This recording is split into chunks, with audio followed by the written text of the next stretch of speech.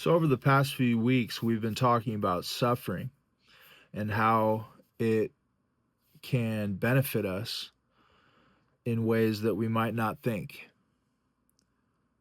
So, it produces character, produces endurance, produces strength, and it produces hope. That's what the word says. And it says that our present sufferings are not worthy to be compared with the glory that is to be revealed in us.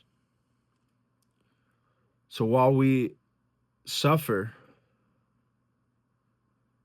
we know that it's not always going to be like this, that in the end, it'll be made right, that there is hope for us. The Bible is prophetic. It has many prophecies that have already been fulfilled. Jesus fulfilled hundreds of them in his first coming when he came to the earth.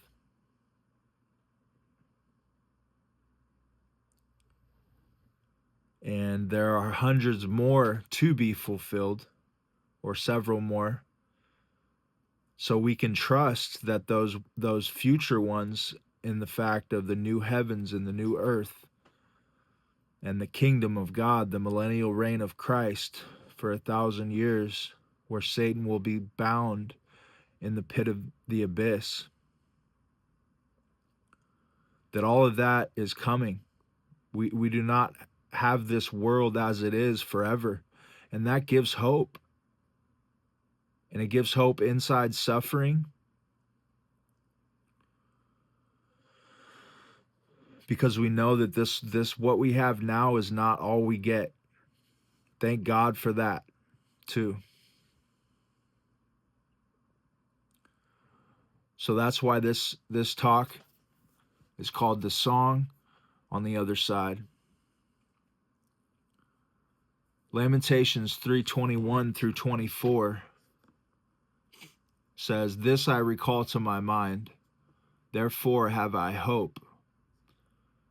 It is of the Lord's mercies that we are not consumed, because his compassions fail not. They are new every morning. Great is thy faithfulness.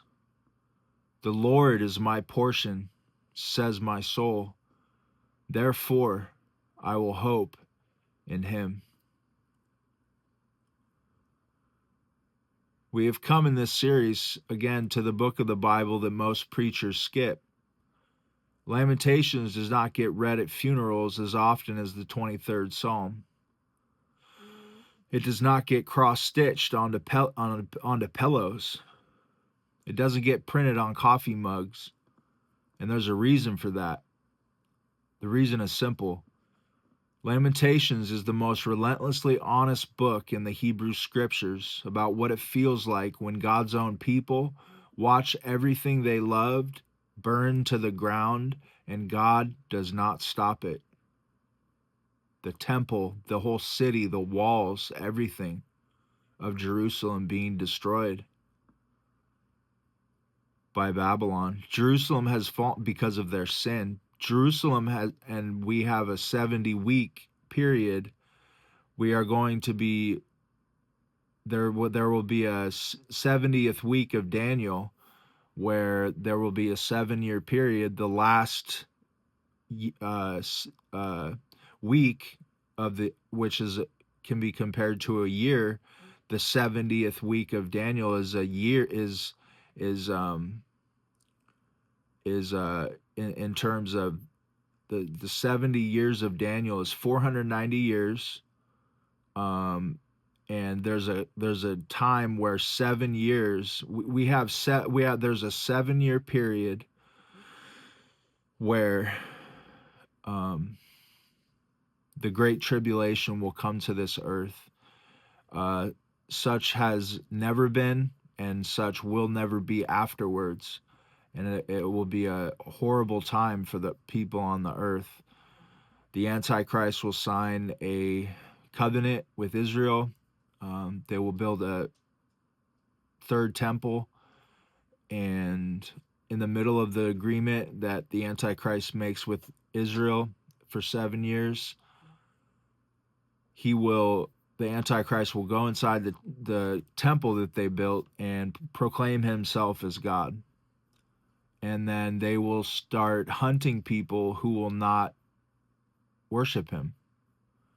And then so anybody who takes the mark of the beast will not be permitted to heaven, because they would be making the decision to not only be able to buy and sell through that mark, because without the mark you cannot buy or sell at that point, but also you are pledging allegiance to the Antichrist. So if you are pledging allegiance to the Antichrist, I mean, it's obvious that you cannot have anything to do with the Christ, because you are putting an Antichrist it doesn't always mean uh, uh, against Christ. It can also be translated in place of Christ. So if you place something as Christ that's not Christ, why do you think you would be able to enjoy an eternity in bliss and joy with him in his presence?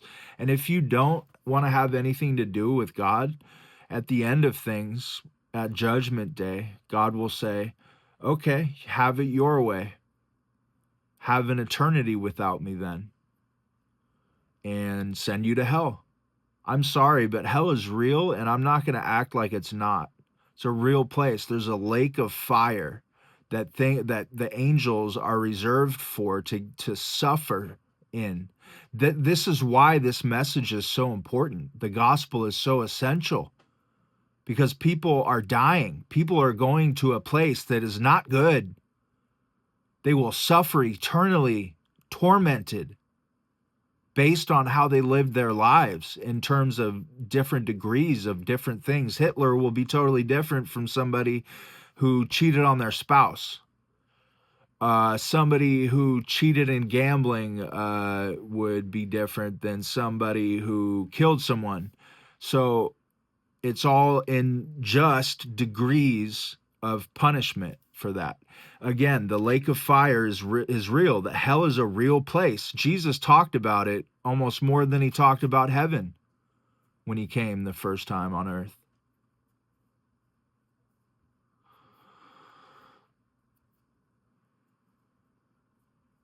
That is why this message is so essential, to keep pointing people to the right Christ, not the Antichrist, and to save people from the lake of fire. Because not only are the angels reserved there, but those who walk in the ways of the fallen angels, who chose to sin. Satan was cast down immediately from heaven when he said that he wanted to be like God. And it was pride. That was his sin. And that was the first sin. And he's the originator of it. And he likes doing deception. He's stealing things, killing things, and destroying things. Please don't be on that side. Why would you want to be on that side? Even if you think you're not on that side, how do you know you're not, right? I mean, think about it. What if all we know was only like 1% of what is like reality? Because our brains cannot really fathom the universe and its complexity, including the fact that we cannot really like even understand our brains fully in the first place themselves, because they are so complex.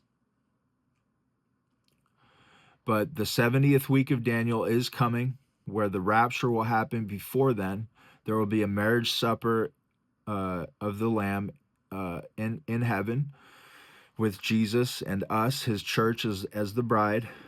And we will marry him. There will be the consummation. There will be the Bema Seat judgment ceremony, where our lives as Christians and believers are judged in terms of rewards, blessings, accomplishments, achievements, missions, above and beyond salvation. So you get saved if you believe in Christ, but only by the hair of your skin if you just do whatever you want and live amok for the rest of your life as a Christian once you get saved. I mean, the point is not to be sinless. The point is to sin less.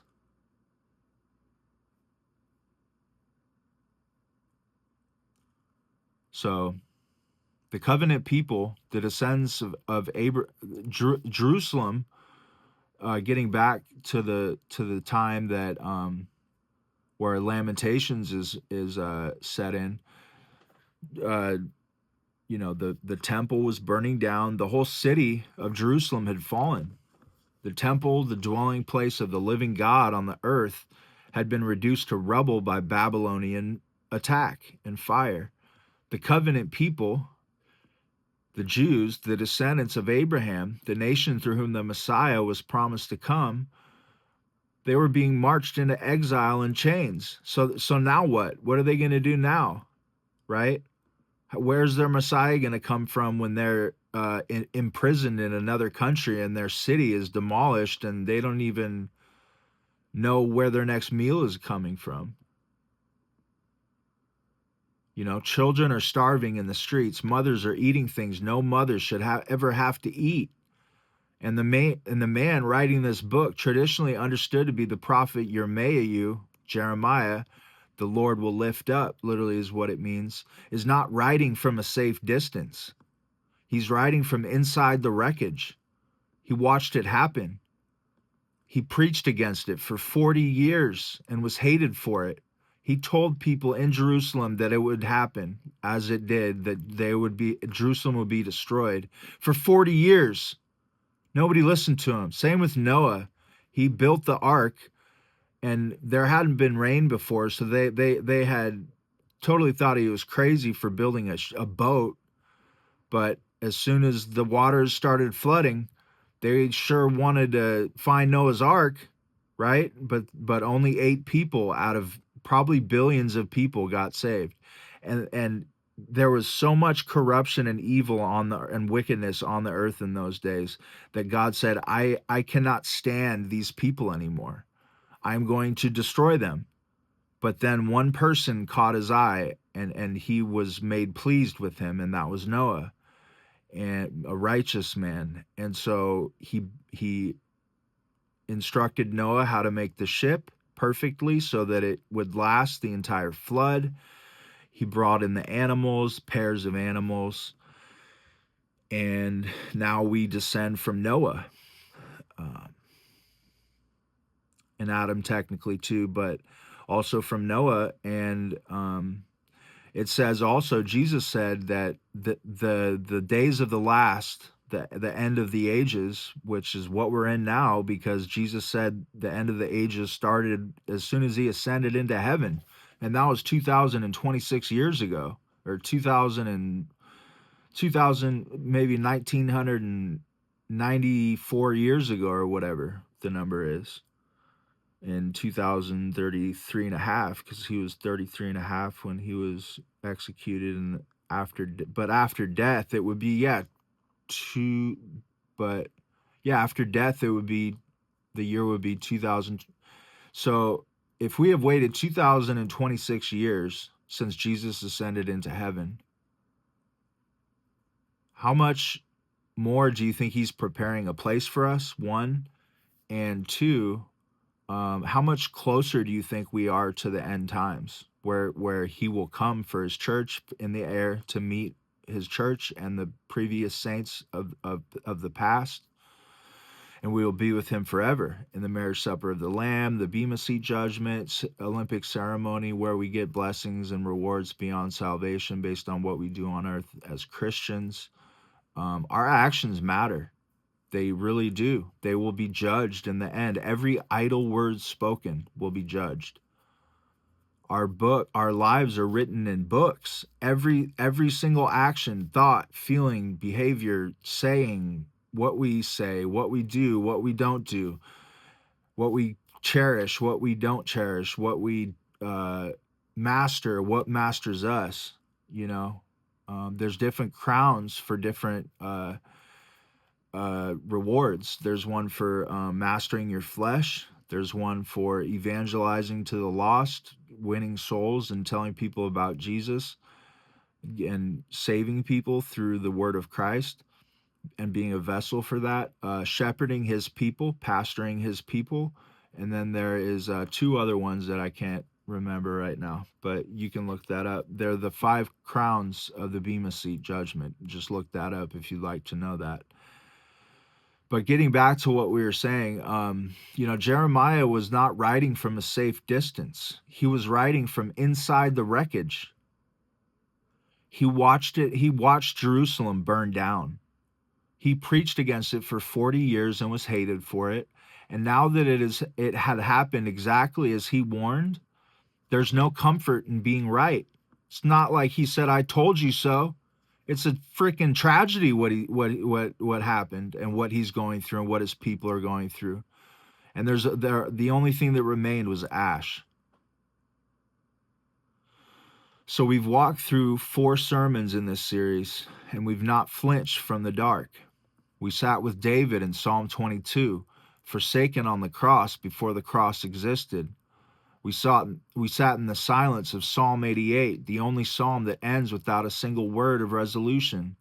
We walked through the body language of suffering in Psalm 102, the parched throat and the sleepless nights of a soul withering under the hand of God.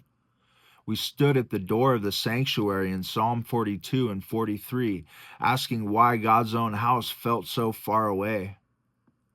We stood on shaking ground in Psalm 46, Psalm 10, 13, I believe. Whatever the Psalms were, we went over suffering and how it affects us and what it looks like, and how it is not to be compared with the eternal glory that will be revealed to us as believers. Do not lose the faith. Keep fighting the good fight. Run the race with endurance and swiftness. Finish the race. Do not give up, for in good season we will reap what we sow. There will be a harvest. We learned that the Lord of hosts is a refuge precisely when the mountains are being carried into the sea. When things happen that we don't like, or things happen that are too much for us, and things like the when Moses was at the Red Sea and he was cornered by the Egyptians, the Egyptian army with his people, the Jews, 1 million Jews or so, and however many Egyptians with all their battle gear and chariots and horses and what have you. They had nowhere to go, and so God split the Red Sea. He literally made a split, divided the waters in a body of water. That's impossible metaphysically, unless you have control over the ocean, if you have, or the seas or the land. And if you have control over those things, that means that you're God, because there's no other way to do those things. You can't be human. So if you're not human, who else did that, right? So that happened. The Jews walked through it. The Egyptian army followed them, and then God closed the Red Sea on the Egyptians and destroyed them. So God is the same God that did that today for us in our Red Sea moments where we don't see any way out. God just says, "Put up your staff," and parts the Red Sea for us in so many different ways. Every day there's a Red Sea moment. I guarantee you, if you look for it hard enough, you can see it. Even if you don't look for it hard, you can just bless God because of the fact that you're 5 or 6 feet above ground instead of under it. So, but today we finished the series of suffering, because that the deepest dark of all, because this is where it's going to lead us somewhere extraordinary. Lamentations chapter 3 is the structural and theological center of the entire book. 66 verses, more than twice the length of the other chapters, written in a triple acrostic.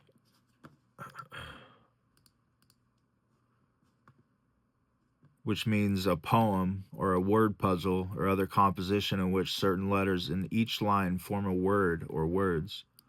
So he did that in a triple acrostic. I mean, that's difficult writing. That's like, above advanced scribe techniques. That's very, very, very complex. And God was part of that inspiration to do that. And every group of 3 verses beginning with the next letter of the Hebrew alphabet. So there was some like high level writing going on. And so the writer was not improvising. Jeremiah and God were not improvising. They were composing under absolute structural discipline in the middle of absolute emotional devastation, seeing their city burnt down to ashes, to a crisp. And that is itself the sermon. Discipline and devastation are not enemies. Sometimes discipline is the only thing devastation leaves you with, and God uses it. For example, I am afraid of God's discipline more than I am covetous towards Satan's blessings. And what that means is that I would honestly rather not do something that God would discipline me for as his son, take me to the tool shed, the wood shed, and,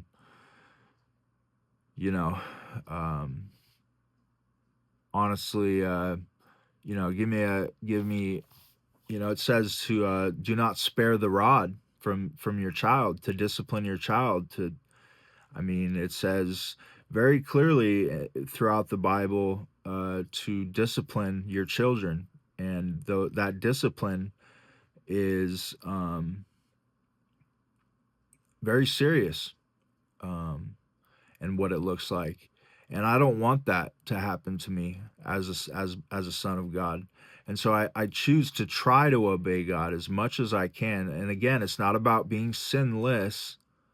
Again, it's about sinning less. Do we sin less?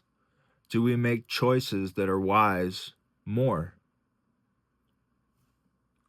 God uses devastation as discipline for us to understand and live within the bounds that we are in, to comprehend that our suffering, and that in suffering you don't have to have like non-hope or that it's not going to be okay in suffering. You can use the suffering to your advantage. You can use it to develop your character and to give you endurance and to build strength in you, which gives you hope, and a hope that does not disappoint, because we have a confident expectation that everything will work out in the end and God will take care of everything. We don't have to worry about anything. Our lives were written before us, right? That's what I call my publishing brand. And so there is a lot of things to take from suffering that we should learn about and distinguish from just thinking that God has it out for people or something. He doesn't. He's not up there with a ruler ready to like hit us. He's there gently correcting and guiding us throughout every single moment of our lives. Again, discipline and devastation are not enemies. Sometimes discipline is the only thing devastation leaves you with, and God uses it. So right at the center of that center, verses 19 through 24 of the triple acrostic, in every group of 3 verses beginning with the next letter of the Hebrew alphabet, the literal midpoint of the longest chapter in the book, something happens that nothing in the previous 2 chapters prepared you for.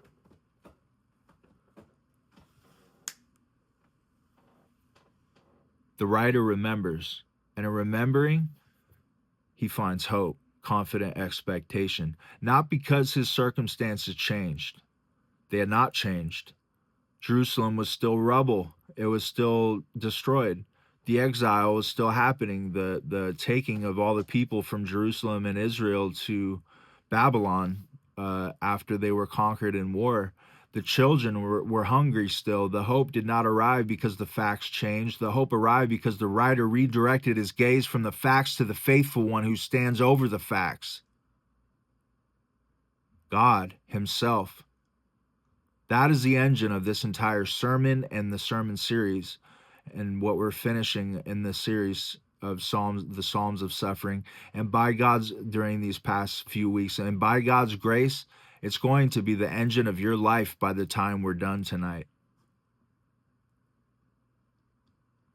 And we cannot go into verse 21, honestly, if we run past verses 1 through 18.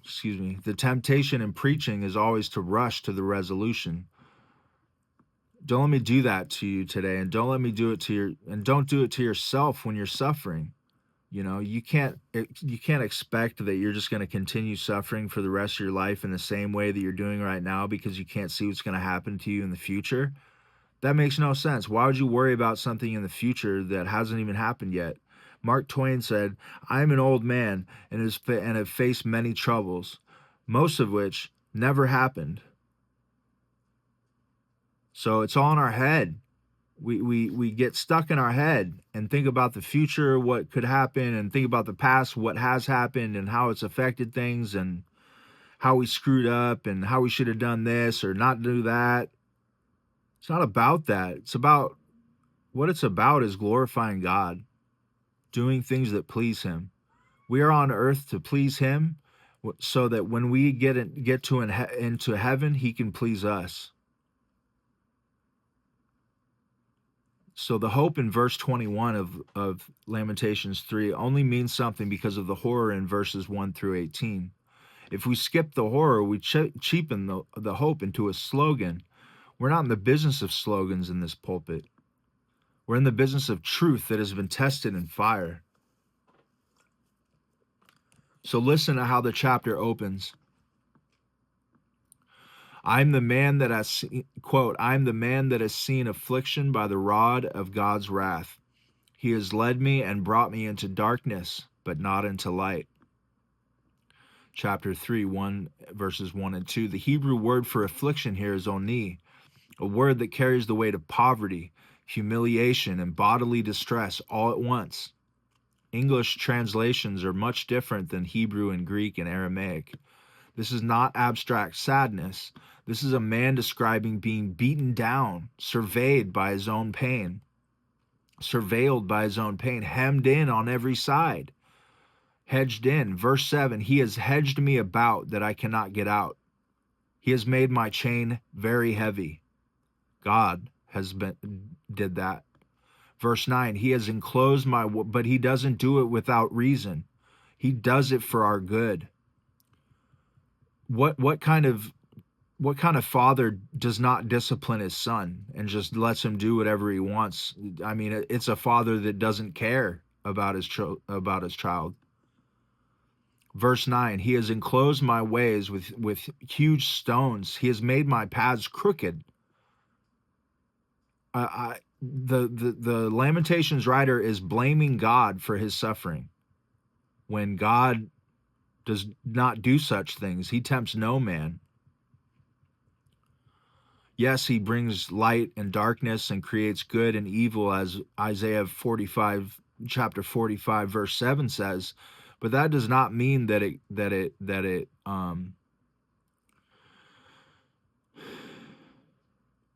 he does not have a greater purpose and plan for using those methods. And verse 11, he has turned aside my ways and pulled me in pieces. He has made me desolate. Notice who the writer says is doing all of this. Not Babylon, not King Nebuchadnezzar of Babylon, not bad luck, not bad circumstances, not impersonal fate. God. He is declaring God was doing it, providing our suffering. But he also provides in our suffering, doesn't he? 13 times in the first 18 verses, the writer attributes his suffering directly to the active hand of the Lord. That's one of the most theologically courageous moves in all of Scripture. And modern Christianity has lost its stomach for it largely. We want a God, little g, who is only ever the giver of good things, and we want suffering to be explained entirely by sin, Satan, or circumstance, with God standing safely off to the side, sad about it, but uninvolved. That's what Christianity is today. Lamentations will not let us have that God, little g. The writer says plainly, "This is from the hand of the Lord, and I will not pretend otherwise." This matters more than it might seem. Think of Isaiah 45:7. If suffering is only that ties in, if suffering is only ever circumstance and never providence, fate, destiny, God's plan for our lives, then suffering has no meaning. It is simply noise, randomness, bad luck in a universe that doesn't care. But if the sovereign hand of God is somehow present even in the affliction, in the hardship, the difficulty, not as the author of evil, or the tempter, never that, but as the one who governs even the consequences of a covenant broken, even the discipline of a people he loves enough to correct, then the affliction is not meaningless. It is inside a relationship of a father and a son, of a father and a daughter. And he's maternal as well. The Holy Spirit is a neuterative gender in the grammar in throughout the Bible.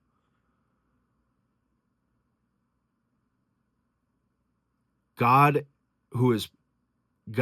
is present in our worst chapters in our books of life, even disciplining us, and is infinitely closer than a God who has simply wandered far off while bad things happen to you. A God who is present in your worst chapter, even disciplining you in it, is infinitely closer than a God, little g, who has simply wandered off while bad things happen to you. The relationship between divine sovereignty and human suffering is one of the most contested questions in theology, and will not pretend it resolves easily. Lamentations 3 attributes Jerusalem's suffering to covenant discipline for specific named national sin. See Lamentations chapters 1, verse 8, 1, verse 18, and chapter 4, verse 13. It would be a serious misapplication to tell every suffering person today, God is punishing you for something specific. The way Job's friends wrongly did to Job. They did sit with them for 7 days, though, in the beginning, and that was the right thing to do. But then they started talking about theology and trying to compare Job's a sin of Job being why he was suffering so much. The book of Job exists precisely to correct that overcorrection, that God is punishing you for something specific. Some suffering is disciplinary. Some is simply the cost of living in a fallen world. And some, as with Job, has no explanation given to the sufferer or anyone at all. And only God knows. So we hold both truths without collapsing one onto the other. God is sovereign over all suffering, and not all suffering is a direct verdict on the sufferer's specific sin. Pastoral wisdom is required to know which season we're in, and a wise shepherd does not assume. Verse 4 in chapter 3 of Lamentations, my flesh and my skin has he made old. He has broken my bones. Verse 16, he has also broken my teeth with gravel stones. He has covered me with ashes. Who preaches this in the pulpit, right? I mean, we are allowed to lament and to complain and to admit our suffering and tell God and tell others and tell our loved ones and friends and family, even declare God's goodness and our suffering leading to endurance and character and strength and hope, and a hope that cannot be diminished. and a future plan that God has for us that is good, things that happen good in our life or things that are suffering, and we tell it to the heathen, tell it to our enemies, showing the goodness and glory of God. It says that in Psalm to do that, to tell the heathen what God does. This is somatic language, suffering registered in the body, not only the mind. Anyone who has lived through a long season of grief, chronic illness, or unrelenting stress knows this is not poetic exaggeration. The body keeps the score. Sleep goes first, appetite follows. The bones themselves seem to ache with a weight that has no name. Sound familiar? The ancient writer is not being dramatic. He's being accurate. Scripture has room for the truth that suffering is not only spiritual, it lives in the joints, the gut, the breath. If your body has been telling you the truth about how heavy this season has been, Lamentations 3 says you're not weak for noticing. You're paying attention. The Hodiyot, the Thanksgiving hymns discovered among the Dead Sea Scrolls at the community of Qumran, in the Middle East, preserve a strikingly similar pattern from the broader tradition of Jewish lament. The Qumran Covenanters, writing centuries after Jeremiah but shaped by the same scriptural memory, describe being like a man who is forsaken, in distress, as a woman in the pangs of childbirth. And then, in nearly the same breath, anchor themselves not in their circumstances, but in the covenant faithfulness of God, who established them on a rock. Their community rule likewise instructs the member to bless God in the time of distress, precisely because divine mercy, not present comfort, is the ground of confidence. This is not borrowing from Lamentations directly.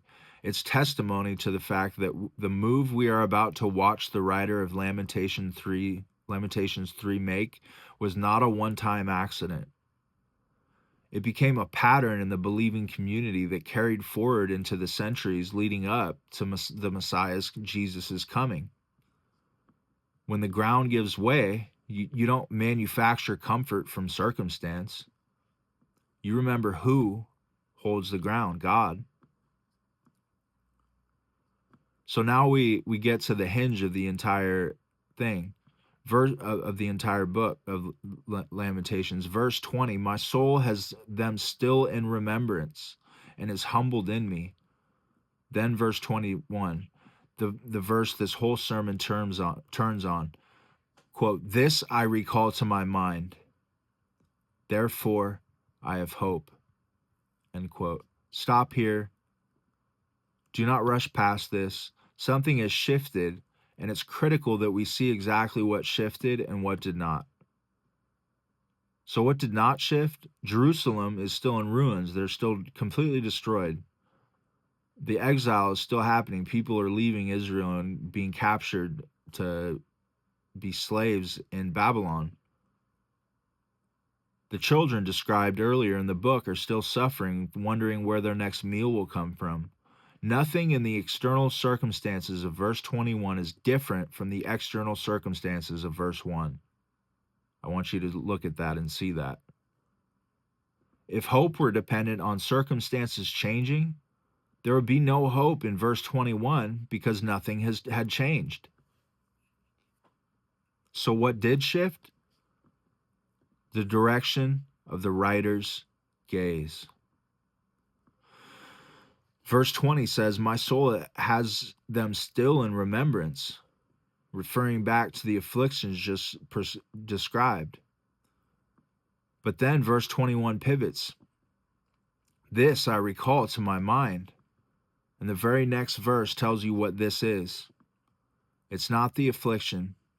It's something else entirely. Something the writer has to deliberately summon. Because it's not what is naturally rising to the surface of his mind in the moment. Grief is the default. Hope has to be recalled. It has to be chosen. Think about all the times that things worked out for you in the past, by an inch or by a mile. That was God. That was not just random occurrence or time. That was all God. It was a blessing, things that you suffered through and then it got figured out. Look at all the things that God has already brought you through. You don't think he's going to get you through your current one or your future ones? Come on.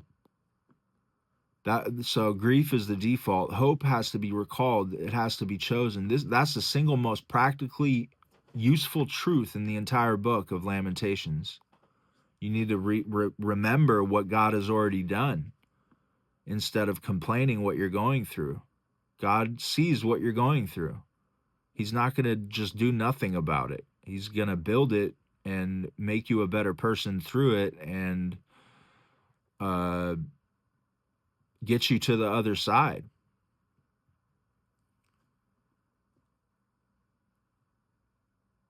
So I want that to go home with you, even if you remember nothing else. Hope, biblically, is rarely a feeling that simply arrives. It's a decision to remember and to think upon. Like I said, the writer does not wait until he feels hopeful and then decides to recall God's mercies. No, you don't feel something and then do it. You do it and then you feel something good. You do something good and then you feel something good and then you think something good and now you're good. You don't think your way into good behavior. You behave your way into good thinking. The writer recalls God's mercies deliberately. The writer does not wait until he feels hopeful and then decides to recall God's mercies. He recalls God's mercies deliberately as an act of the will while still surrounded by the ash of his torn down city, destructed city, and the hope follows the remembering. Remember what God has done for you in your life, specifically in the past. When you are going through suffering in the present and in the future, remember what God has done, not only for you, but for the entire world through Jesus dying on the cross for our sin according to the scriptures, being buried and resurrecting. And the fact that only believing in that gets us to heaven. Nothing else. So the writer doesn't wait until he feels hopeful and then decides to recall God's mercies. He recalls God's mercies deliberately as an act of the will, while still surrounded by ash, and the hope follows the remembering. Hope is downstream of remembrance, not the other way around. Hope comes first. We must look to our Savior and what he has done already for us, not only on the cross, but every situation that we've gone through in our lives that worked out for our good and for our benefit, even the bad things. And for other people that we know and see in life and that we don't know that God has taken care of. He takes care of everyone. Not everyone is his child. Some people are of their father, the devil. However, God still treats them with kindness and respect and benevolence and gives them food and clothing and wares and things they need. So it's like, and people aren't even thankful. They just want more and they don't think they have enough. Ever. Just greedy. So what does the Lamentations writer Jeremiah recall? Verse 22, it's of the Lord's mercies that we're not consumed, because his compassions fail not. Verse 23, they're new every morning. Great is thy faithfulness. Verse 24, the Lord is my portion, saith my soul. Therefore will I hope in him.